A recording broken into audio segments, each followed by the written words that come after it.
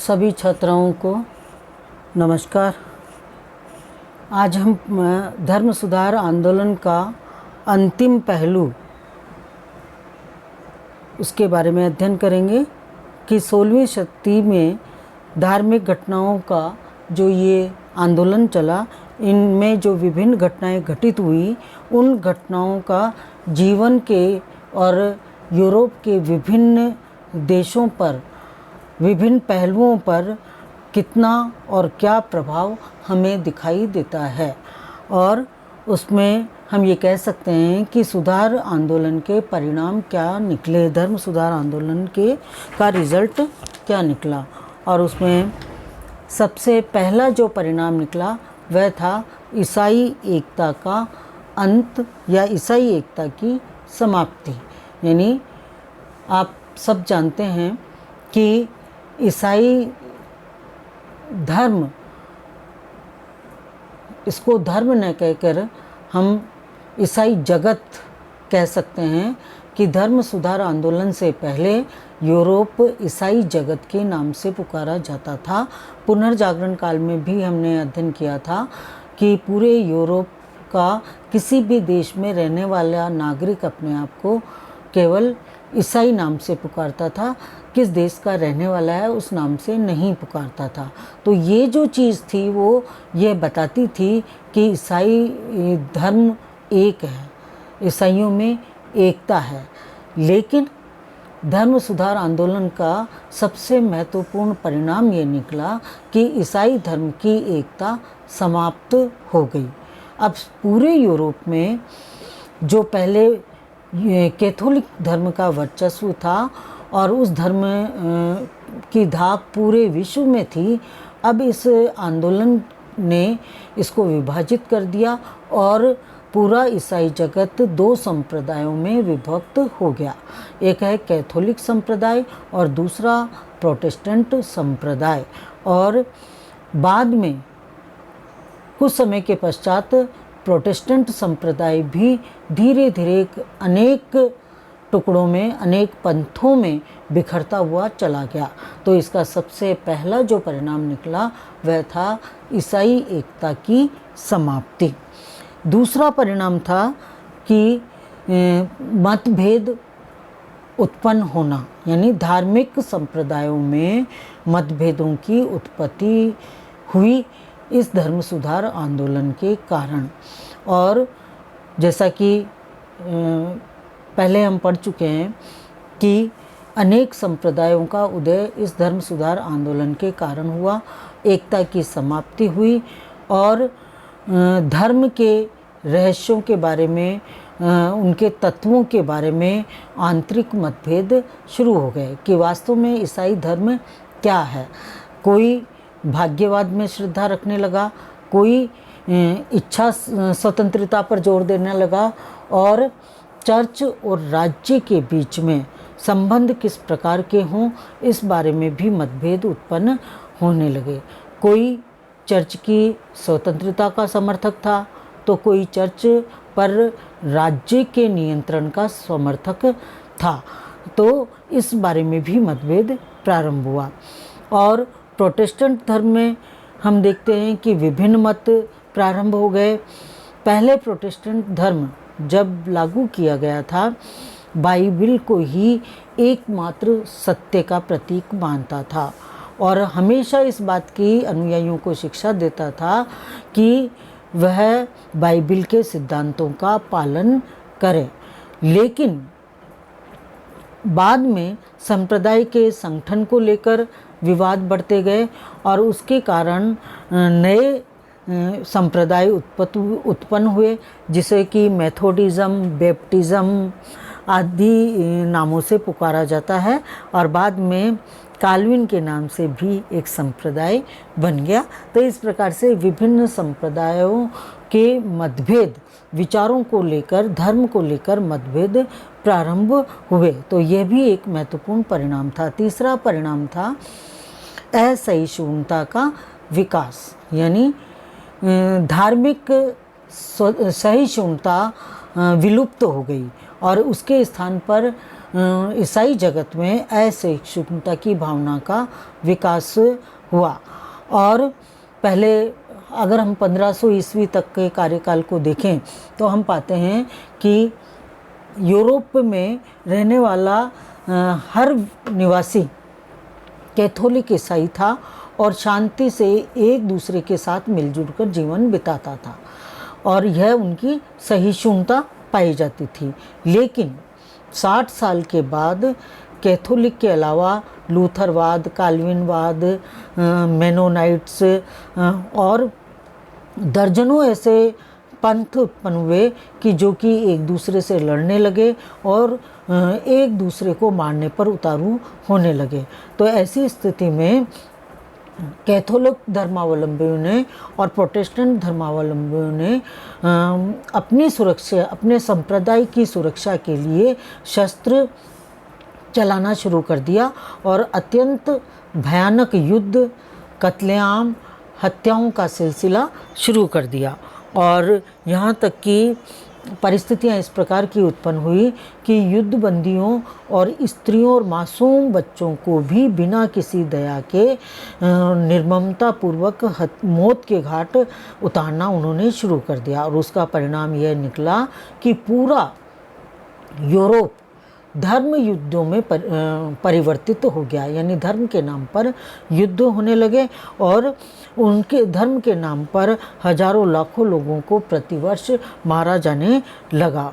और कहा जाता है, एग्जाम्पल के रूप में यदि हम ले काल्विन, जो कि हमेशा सहिष्णुता और सुधारक के नाम से जाना जाता है, वह भी इस असहिष्णुता के चक्कर में फंस गया और उसने भी कई व्यक्तियों को जीवित जलवा दिया। इस प्रकार से इस एग्जाम्पल से हमें ये पता चलता है कि असहिष्णुता एक महत्वपूर्ण परिणाम सुधार आंदोलन का कहा जा सकता है। इसके बाद सबसे एक और महत्वपूर्ण परिणाम निकला कि इसके कारण शिक्षा का विस्तार हुआ और नई शैक्षणिक संस्थाओं की स्थापना की गई। दोनों ही धर्मावलंबियों ने, कैथोलिक और प्रोटेस्टेंट दोनों ही संप्रदायों के द्वारा शैक्षणिक सुविधाओं को सुधारने का प्रयास किया और उन्होंने नए ढंग से पादरियों को, उपदेशकों को, मंत्रियों को प्रशिक्षित करने के लिए नए तरह के स्कूल खोलना प्रारंभ किया। क्योंकि अगर अन्य धर्म से वाद विवाद करना है, विरोधी को अपने अन्य संप्रदाय के विरोधी को परास्त करना है, तो इसके लिए बौद्धिक क्षमता का होना आवश्यक था। और इस बौद्धिक क्षमता का विकास प्रशिक्षण और शिक्षा के माध्यम से ही किया जा सकता था और इसी उद्देश्य की पूर्ति के लिए नए स्कूल स्थापित किए गए, जबकि इसके पूर्व में धर्म के बारे में ही स्कूलों में शिक्षा प्रदान की जाती रही थी। अब अन्य विषयों पर भी शिक्षा दी जाने लगी और स्कूलों में संबंधित संप्रदाय की विशेषताओं के बारे में और विरोधी संप्रदाय की कमियों के बारे में और उनके दोषों के बारे में जानकारी दी जाने लगी और स्वयं के संप्रदाय के अच्छे चीज़ों, विशेषताओं के बारे में शिक्षा प्रदान की जाने लगी। तो शिक्षा का विस्तार इस धर्म सुधार आंदोलन का एक महत्वपूर्ण परिणाम था। सबसे महत्वपूर्ण परिणाम इसका निकला कि व्यक्ति की महत्ता का विकास हुआ। इसके अंतर्गत व्यक्तिवाद को बढ़ावा दिया गया, जबकि पूर्व में धर्मवाद ज़्यादा प्रचारित था और उसे ज़्यादा महत्व जीवन में दिया जाता था। अब व्यक्ति के जीवन को महत्व दिया जाने लगा और कैथोलिक चर्च ने हमेशा सिद्धांतों की एकता पर बल दिया और मुक्ति पर जोर दिया। और जबकि पूर्व में सुधारकों ने ईश्वर के साथ धर्म के माध्यम से संबंध जोड़ने का प्रयास किया। व्यक्तिवाद के अंतर्गत अब इसमें सुधार करते हुए सुधारकों ने ईश्वर के साथ प्रत्येक व्यक्ति के संबंध पर जोर दिया। यानी व्यक्ति धार्मिक दृष्टि से स्वतंत्रता प्राप्त करते हुए व्यक्तिगत रूप से ईश्वर की आराधना कर सकता था, जबकि पूर्व में पादरियों से शिक्षा या धर्म या ईश्वर से नाता जोड़ने की आवश्यकता उसको पड़ती थी। अब इन सुधारकों ने व्यक्ति को धर्म की व्याख्या करने का भी अधिकार प्रदान किया कि बाइबिल का अध्ययन करने के पश्चात व्यक्ति स्वयं उस धर्म की व्याख्या कर सकता था, जबकि पहले पादरियों को ही धर्म की व्याख्या करने का अधिकार प्राप्त था। और इसी कारण धर्म में जो स्वतंत्रता व्यक्ति को प्राप्त हुई, उससे आर्थिक और राजनीतिक क्षेत्र में भी व्यक्ति का महत्व बढ़ा और इससे ईसाई धर्म की, ईसाई विश्वास की परंपरा की सेवा करने का व्यक्ति को अपने तरीके से मौका प्राप्त हुआ। तो व्यक्ति की महत्ता का विकास हुआ। इसका एक महत्वपूर्ण परिणाम निकला राजाओं की शक्ति का विकास। जैसा कि पूर्व में जब हमने अध्ययन किया तो उसमें ये देखा कि धार्मिक आंदोलन के परिणाम स्वरूप राजाओं और सम्राटों में एकता की स्थापना हुई और दोनों में, व्यापारियों में और राजाओं में मेलजोल बढ़ा और उससे व्यापारियों के द्वारा जो उनको धन दिया गया उससे राजाओं की शक्ति में वृद्धि हुई और राजतांत्रिक निरंकुशवाद की प्रवृत्ति को बढ़ावा इससे मिला। और कहा जाता है कि जैसे एग्जाम्पल के रूप में लूथरवादी जो राज्य थे, जिसमें प्रमुख रूप से जर्मनी, इंग्लैंड, स्विट्ज़रलैंड, हॉलैंड आदि देश के राजाओं ने भी धार्मिक मामलों पर नियंत्रण किया और चर्च की जो ज़मीनें थी और उनकी जो शक्ति थी, उनकी जो संपत्ति थी और उनको हस्तगत करके स्वयं ने विकास किया और अपने आप को सशक्त बनाने का प्रयास किया। यानी इस धर्म सुधार आंदोलन का एक महत्वपूर्ण परिणाम ये निकला कि राजाओं की शक्ति में वृद्धि हुई, चर्च की शक्तियों में कमी हमें राजनीतिक, वित्तीय और धार्मिक दृष्टि से देखने को मिली।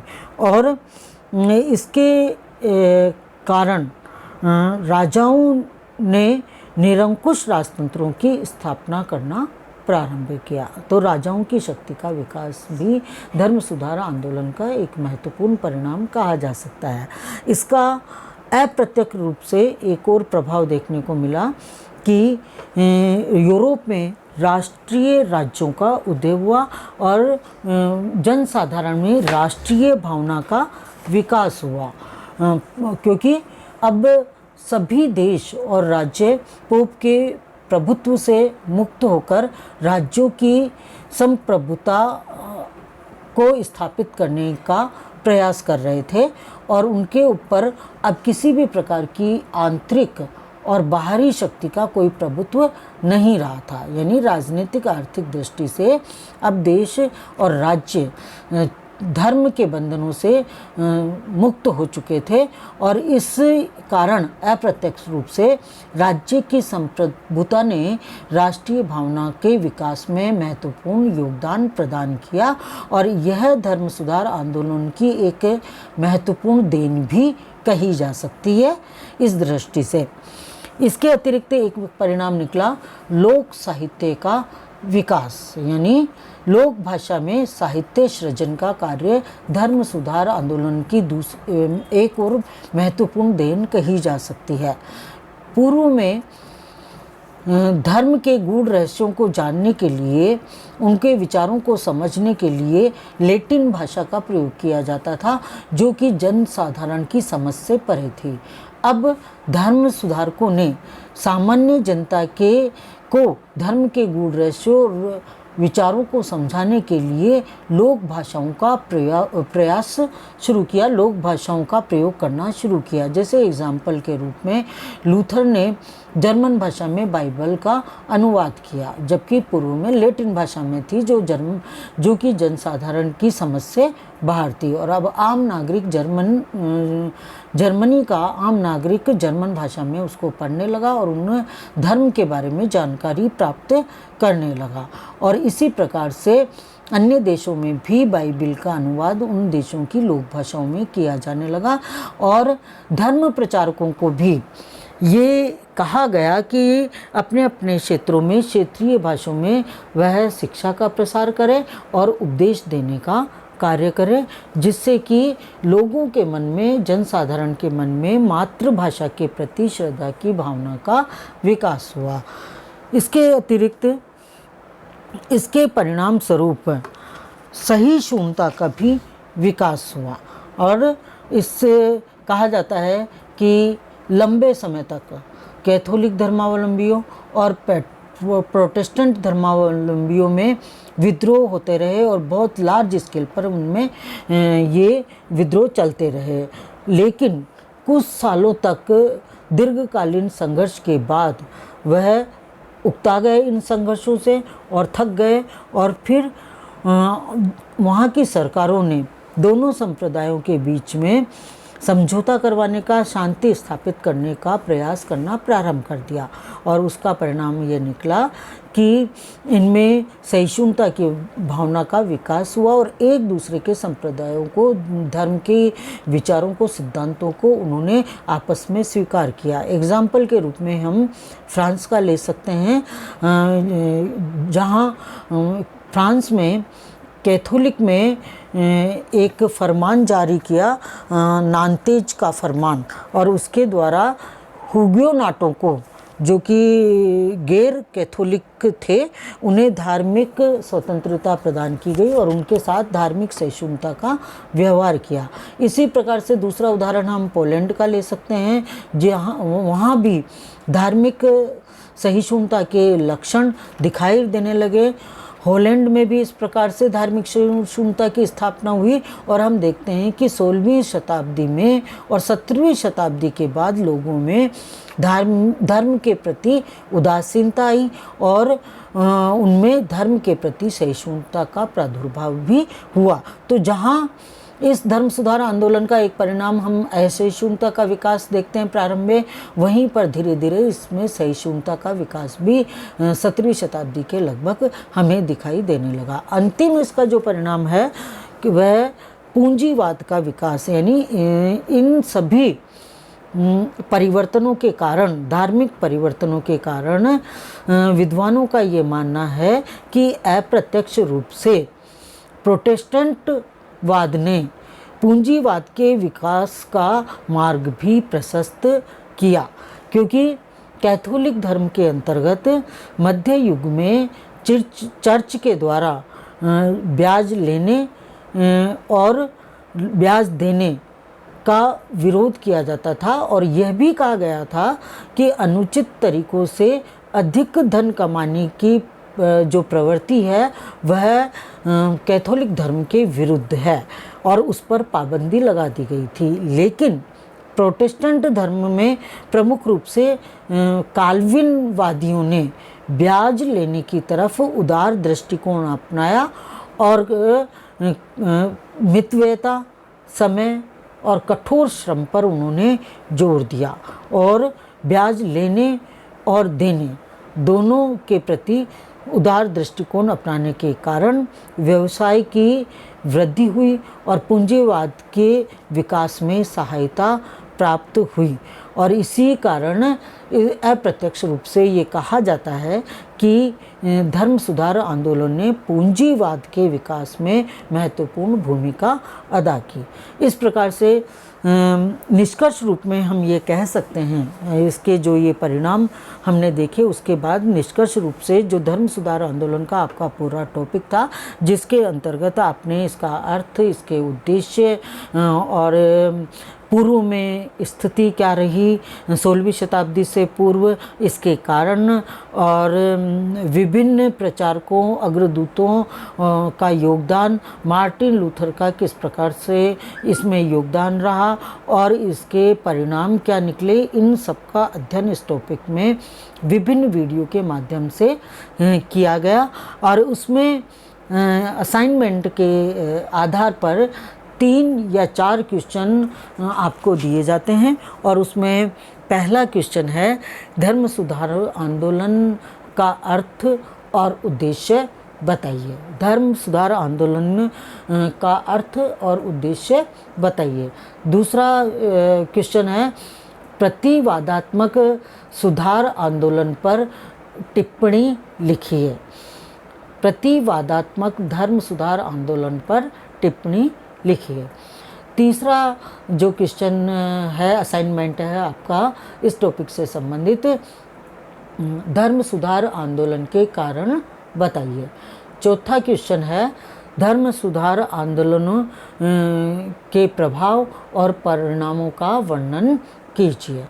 तो यह आपका इस टॉपिक का असाइनमेंट है। निष्कर्ष रूप में इस टॉपिक के बारे में हम ये कह सकते हैं कि यूरोपीय इतिहास में धर्म सुधार आंदोलन का एक महत्वपूर्ण स्थान है, जिसने मध्य युग की मान्यताओं को, अंधविश्वासों को समाप्त किया, पोप और चर्च का जो एकाधिकार था उसका अंत किया और नवीन युग की प्रवृत्तियों को प्रोत्साहित किया और उनके प्रति एक महत्वपूर्ण भूमिका अदा की। और इस प्रकार से धार्मिक जीवन जो व्यक्ति का केंद्र बिंदु था उसके स्थान पर व्यक्ति को केंद्र बिंदु इसके माध्यम से बनाया गया। तो यूरोप के इतिहास में धर्म सुधार आंदोलन एक महत्वपूर्ण स्थान रखता है। धन्यवाद।